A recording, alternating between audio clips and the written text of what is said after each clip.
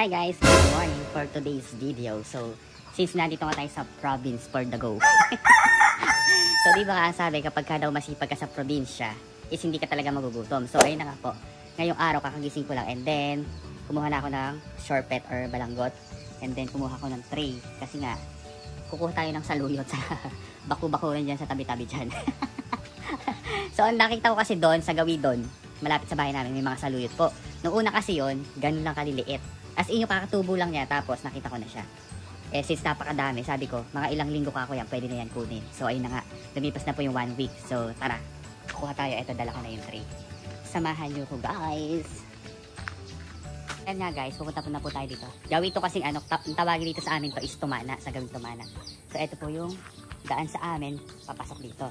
So, ayun naman ang aming house for the go. So, dito tayo pupunta ngayon. Diyan. Ayan.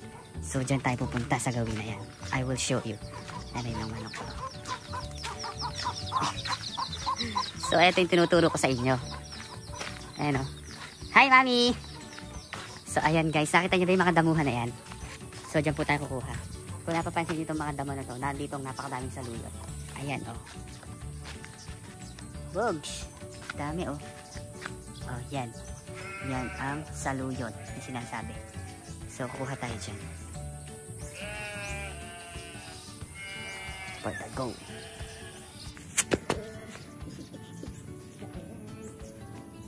So, eto siya guys.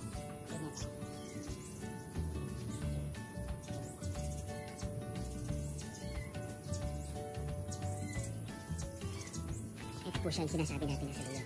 Ayan. Oh, diba?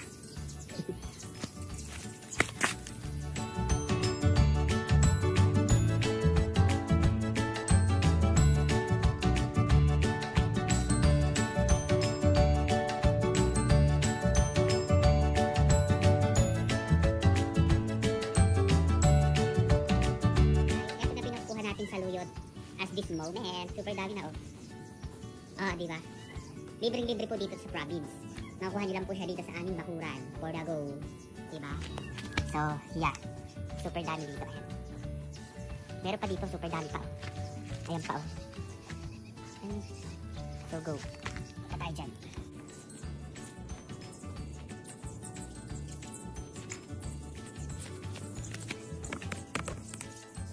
So hi guys, trivia lang po pala. Ito pong mga saluyot na to, hindi po namin siya tinanim.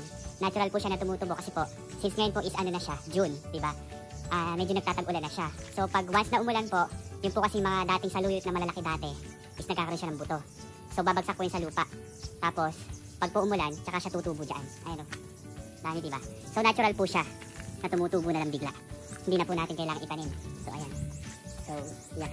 Dami dyan oh. Dyan. So dito po kasi sa province. Yan sa paikot na yan, nakita nyo ba, napakadaming puno. O, diba?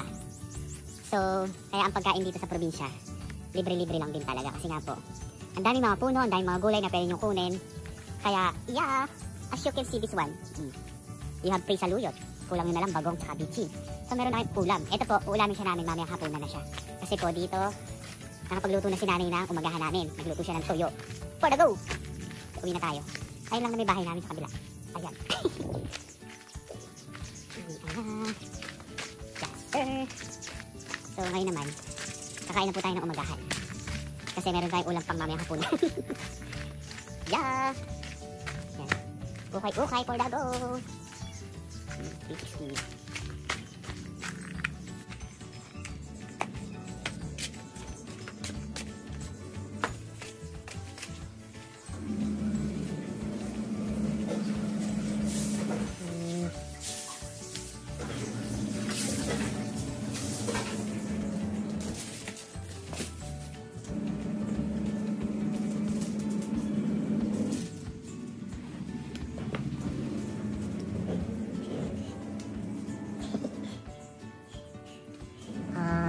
Diba?